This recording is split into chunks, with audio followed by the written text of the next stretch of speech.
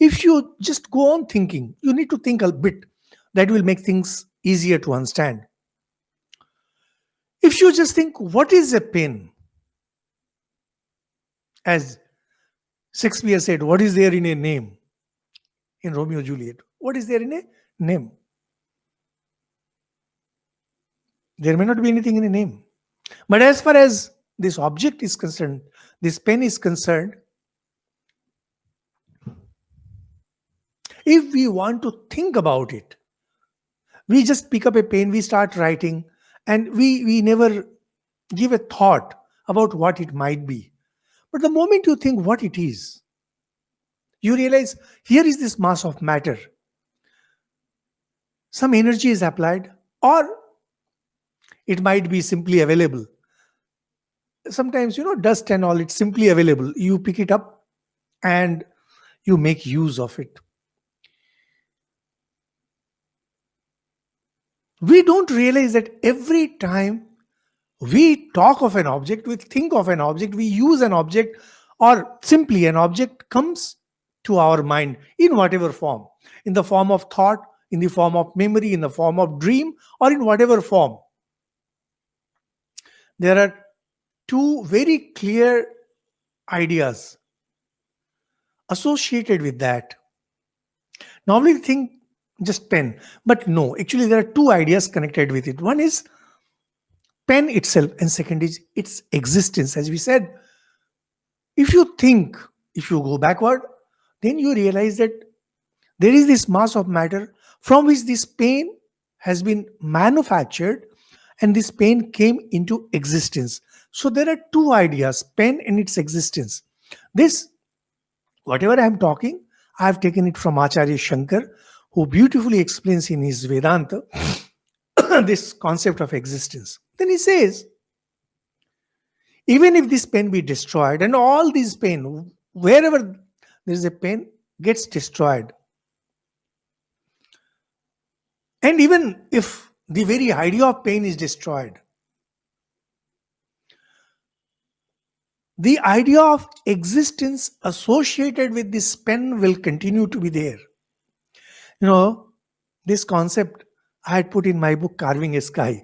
And many of my friends who read this book, they often ask me for further explanation. Actually, it's not that complicated. It's a very simple thing. Here is this pen. Usually we think that just pen. But no, actually, this pen is to us through our senses, through our memory, through our dreams, in whatever form, or simply thought. The existence of pain materializes within my mind. Simple argument, simple logic. There are two ideas associated with this pen. Pen is.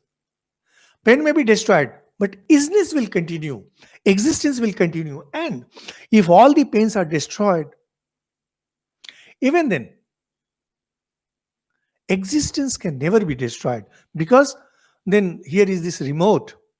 Existence will continue in this remote, because we will say that this remote exists, this remote is. The idea is that you may destroy even the entire universe, but the idea of existence itself will never go away.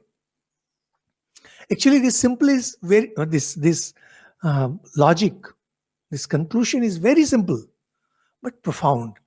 Like any other profound thing, slightly difficult to grasp. But if you grasp it, you will feel the sheer joy of understanding.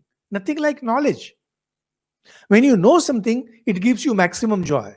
And all the trouble that we have gone through since our childhood, our school days, our learning, our associations, they're all aimed at one single thing, that is knowledge. Because knowledge is strength. Knowledge gives freedom. Strength is freedom. We are aspiring for freedom. So nothing like knowledge. Knowledge liberates you. Once you know, you get liberated.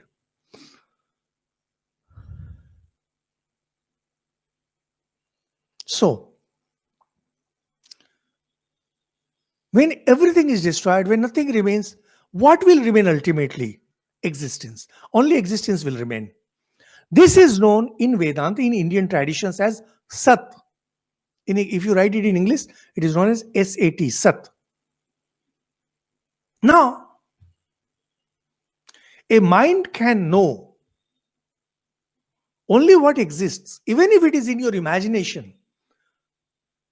Supposing there is somebody who is insane, genuinely insane, he goes on hallucinating, whatever kind of disorder he might have. To him, that particular thing is truly existing. Those who suffer from schizophrenia, they for them, that particular thing exists. You know what exists.